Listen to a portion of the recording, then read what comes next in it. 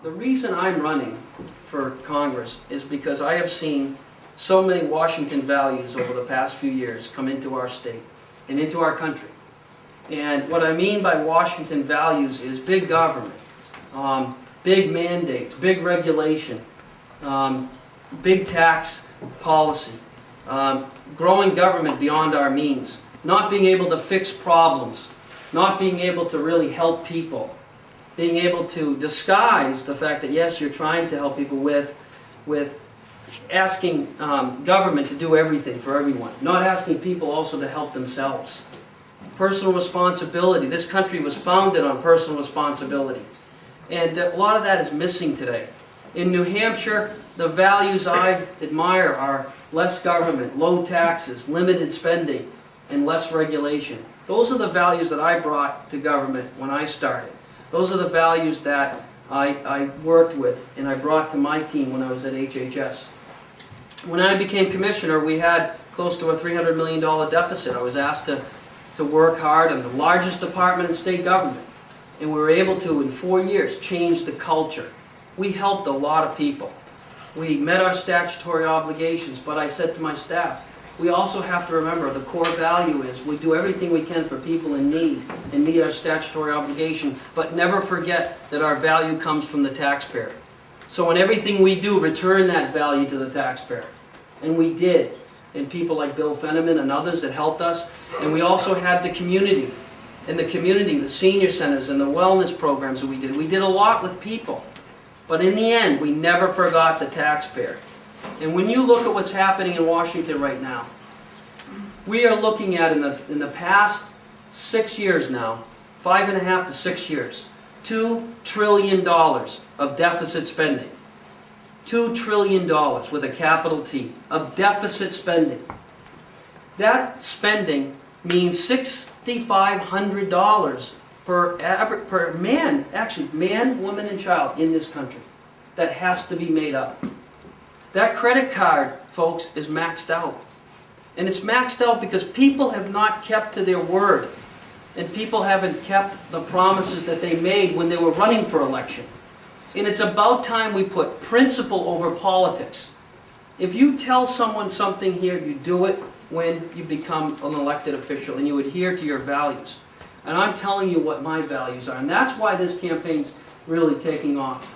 We're talking about what we've done, but really it's just about those values. Less regulation.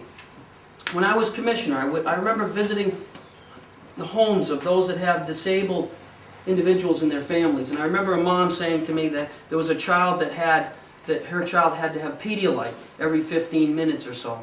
She had to buy Pedialyte at the pharmacy for $15 a bottle.